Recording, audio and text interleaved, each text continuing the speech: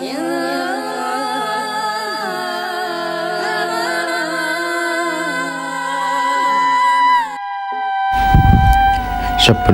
kalian subscribe dulu channel ini agar kalian tidak ketinggalan video terbaru dari channel kami.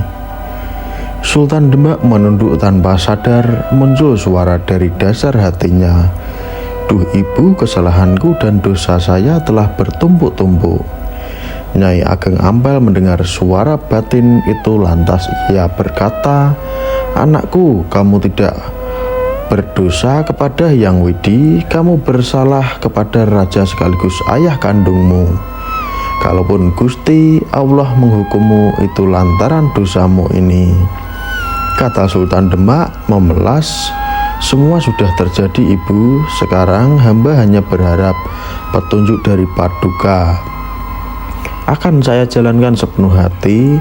Nyai Ageng Ampel menanggapi, "Kalau kamu mau menuruti kata-kataku, segera kamu cari ayahmu dimanapun beliau berada. Carilah sampai ketemu, jika sudah ketemu, memintalah maaf dengan sepenuh hati, lalu ajaklah pulang ke Majapahit. Mintalah beliau menjadi raja kembali. Jika beliau bersedia, angkatlah seperti dulu beliau bertahta. Toh beliau sudah tua, tidak berapa lama lagi juga mangkat. Jika kalau tidak mau menjadi raja, maka mintalah restu dari beliau bahwa kamu akan menjadi raja tanah Jawa. Mintalah sampai beliau merestui dari dasar hati. Jika restu itu sudah kau terima, maka kamu akan menjadi raja yang mulia, tidak menjadi tertawaan seisi bumi. Jika ayah kandungmu ingin menjadi pandita, tempatkan beliau di lereng gunung yang nyaman. Cukupilah segala kebutuhannya secara layak, jangan sampai kekurangan. Ketahuilah anakku, meskipun semua sunan, ulama, dan bupati di tanah Jawa merestui kamu menjadi raja, tapi jika ayahmu tidak merestui, maka kamu tidak akan kuat menjadi raja tanah Jawa. Jangan memandang ayahmu sebagai raja kafir. Jangan sepelekan beliau. Jika beliau murka dan meminta seluruh putranya angkat senjata melawanmu, kamu pasti akan kewalahan dan tak bisa menghadapinya, karena hampir semua bupati di tanah Jawa ini masih berada di bawah kuasa Sang Mahaprabu Majapahit.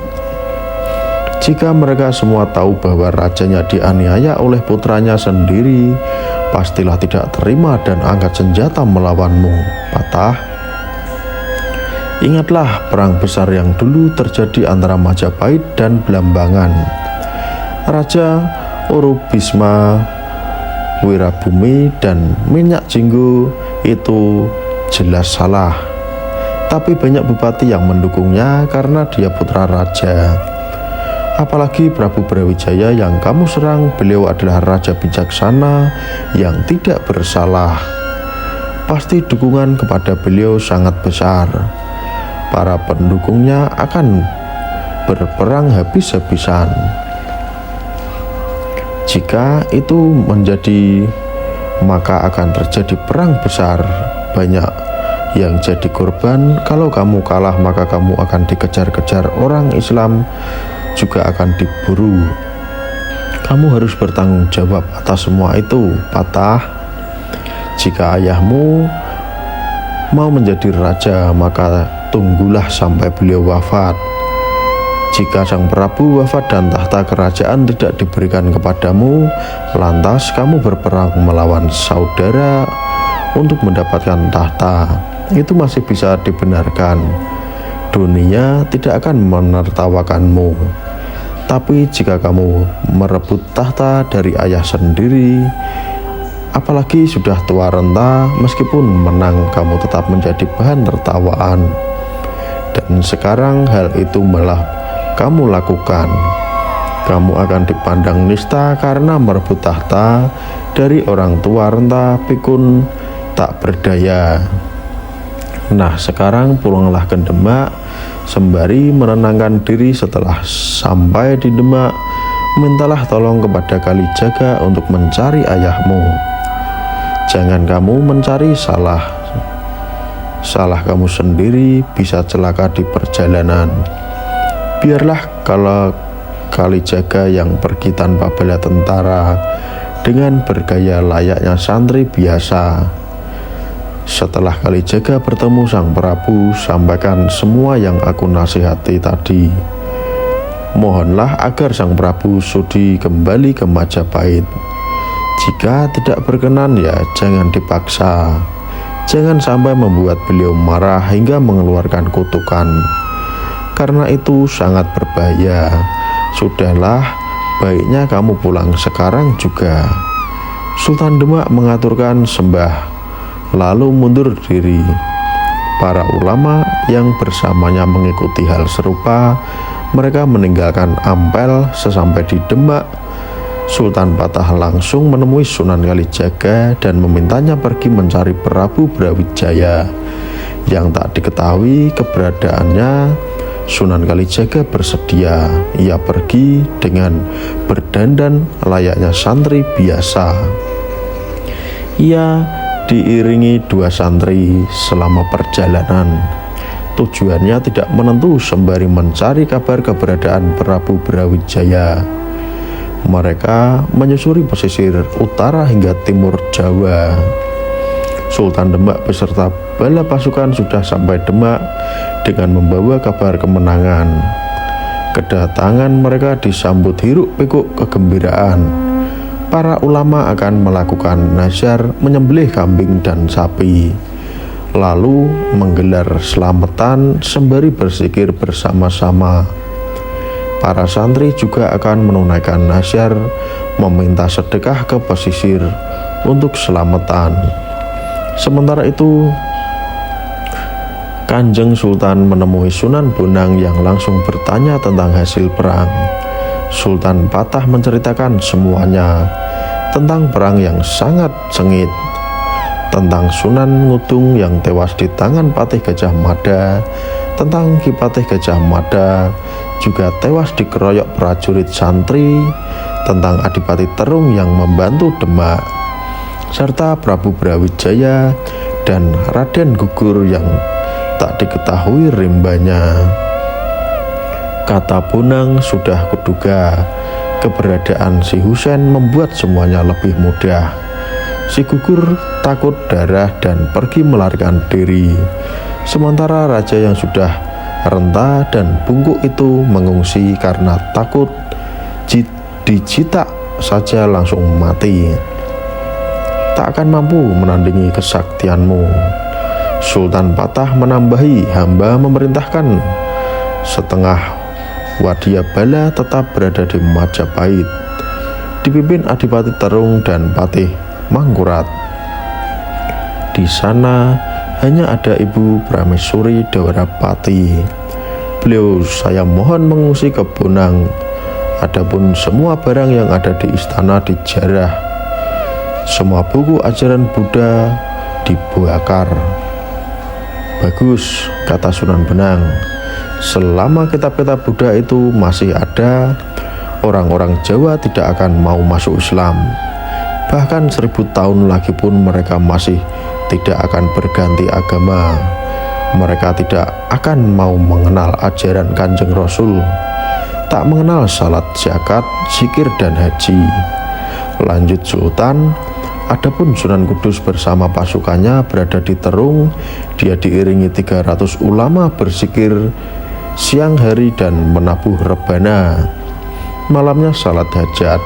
Jika ada orang Buddha yang hendak mengungsi ke Terung, akan dibunuhnya. Jika mau masuk Islam, akan dibiarkan masuk benteng. Maka orang-orang Buddha pergi tak karuan. Ada yang ke hutan, ke gunung mencari selamat.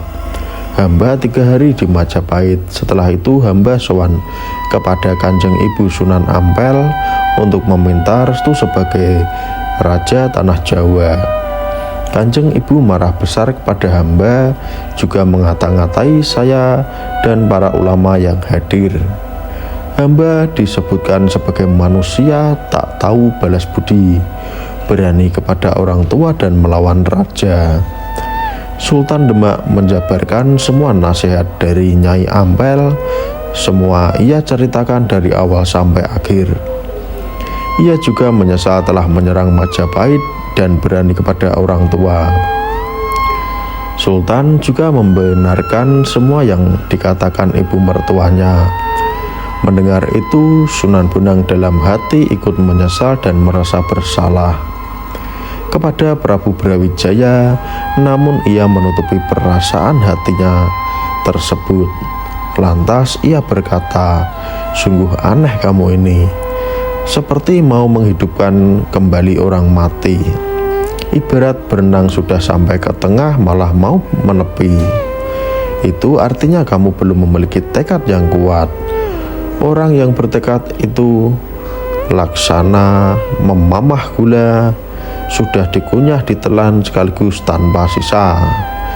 Tak usah risau bagaimana ke depannya, pasrahkan saja kepada Gusti Allah. Jika kamu turuti perasaanmu itu, kamu akan menjadi orang yang rapuh, gampang terpengaruh hingga sulit memulai kehidupan yang baru. Kamu menjadi bingung, akhirnya malah gagal segalanya. Itu karena mantapnya hatimu. Ibu mertuamu itu seorang wanita, tak layak menjadi imam, tak pantas menjadi pemimpin, dan tak berhak membahas masalah negara. Urusan wanita itu hanya seputar garam dan terasi. Itu sudah termaksud dalam kitab. Jika lelaki menuruti pendapat wanita, meskipun wanita itu adalah istri atau mertua sendiri, maka rusak pada akhirnya. Wanita itu sejatinya hanya uwong, yaitu ngelowong, yang menjadi tada tempat menerima masuknya, tidak layak diajak bicara tentang agama, apalagi tentang benar dan salah dalam agama. Kalau kamu ikuti sudah pasti akan tersesat. Beda dengan kamu yang seorang tiang. Tiang menjadi pengkoh bangunan harus tegak dan tidak boleh goyah. Dirimu ini sudah menjadi pimpinan dan imam untuk seluruh orang Jawa, jadi harus kokoh dan tidak boleh goyah, supaya orang-orang yang kamu pimpin tidak celaka. Aku heran, dirimu itu sudah dinobatkan oleh para sunan ulama dan bupati sebagai raja tanah Jawa, bergelar senopati Jimbun. Kok kamu malah meminta restu kepada orang wanita yang lebih rendah derajatnya daripada dirimu yang seorang laki-laki? Walaupun dia itu lebih tua, tapi kamu lebih luhur karena kamu adalah seorang raja Jawa. Kamu yang sudah mulia malah meminta restu kepada orang yang lebih buruk. Apa kamu tidak tahu tentang isi kitab, bahwa wanita itu tempatnya celaka? Jangan diajak berembuk. Apa yang telah kamu lakukan itu tidak sesuai dengan aturan negara. Kamu telah menerjang aturan seorang khalifah. Coba bayangkan jika kamu mengangkat kembali ayahmu sebagai raja, maka ia sama dengan mengembalikan keadaan seperti dulu, malah lebih buruk lagi. Dia akan memanggil anak dan menantunya, yaitu Adipati Ponorogo dan Adipati Pengging. Mereka akan mengarahkan pasukan untuk membunuhmu. Mereka akan didukung lebih banyak pasukan. Mereka sangat bersemangat untuk membinasakanmu, lantaran kamu hanyalah putri selir, apalagi telah berani melawan ayah kandung sekaligus raja. Hukuman untukmu adalah kematian. Itu tertulis dalam banyak kitab dan sudah menjadi aturan umum. Bukan hanya kamu saja, seluruh bangsawan dan ulama yang terlibat juga akan ikut dihukum mati. Dengan menuruti mertuamu itu sama saja kamu mengajak menuju kehancuran. Kalau aku tahu sedari awal bahwa kamu kurang teguh keyakinan, mudah goyah ke kanan dan ke kiri, maka aku tidak mau menjadi botohmu. Dulu kukira kamu itu berpendirian kuat, kokoh lahir batin, ibarat menelan gula, tidak tanggung-tanggung. tidak ragu, teguh memegang pendirian untuk berperang melawan orang kafir. Meskipun ayah dan raja sendiri ternyata pikiranmu salah. Ketahuilah orang kafir budak itu halal diperangi. Apa yang menjadi milik mereka tidak lagi haram atau makruh. Semua boleh diambil oleh orang Islam. Bahkan wanitanya pun juga boleh diambil, diperjualbelikan, dijadikan budak dan digauli tanpa perlu dinikahi. Itu yang tertulis dalam kitab Islam. Sekarang terserah kamu, apa yang menjadi kehendakmu katakanlah. Kalau kamu masih memiliki niat yang untuk terus melawan Majapahit, maka aku memberimu restu sebagai Raja Tanah Jawa, sebagai anak keturunanmu. Tapi kalau kamu mundur dan lebih menuruti ibu mertuamu itu, maka aku akan mundur, aku akan pulang saja ke negeri Arab. Tak ada gunanya berada di sini. Salah-salah aku bisa mati, tak bisa lagi menyebarkan agama. Pertimbangkanlah kata-kataku ini. Terserah kamu memilih yang mana. Kutegaskan bahwa kamu tidak berdosa lantaran melawan raja dan orang tua. Gusti Allah pasti mengampunimu. Kamu tidak durhaka karena niatmu adalah memerangi orang kafir. Banyak contoh terdahulu yang seperti kamu, yaitu Nabi Ibrahim, Nabi Musa, dan Nabi Muhammad. Mereka memusuhi ayahnya yang mereka tetap selamat dan mulia. Ingatlah, jika kamu tidak melanjutkan peperangan melawan Majapahit, maka itu semua sama kamu durhaka kepada gurumu sendiri. Manusia yang berani melawan gurunya, maka ia berdosa yang tidak akan terhapus meskipun bertobat. Karena guru telah menunjukkan jalan keselamatan di dunia dan akhirat kelak. Sultan Patah terdiam bingung dan serba salah. Jika melawan Sunan Bonang berarti melawan guru, jika terus melawan Majapahit berarti melawan ayah dan raja. Maju salah, mundur juga salah. Namun ia tetap menginginkan dirinya menjadi Raja Tanah Jawa. Kalaupun dosa pada ayah dan raja itu bisa ditebus dengan bertobat, maka ia berkata kepada Sunan Bonang, hamba akan terus melawan Majapahit, tapi hamba telah berjanji kepada ibu mertua untuk mencari Rama Prabu Brawijaya.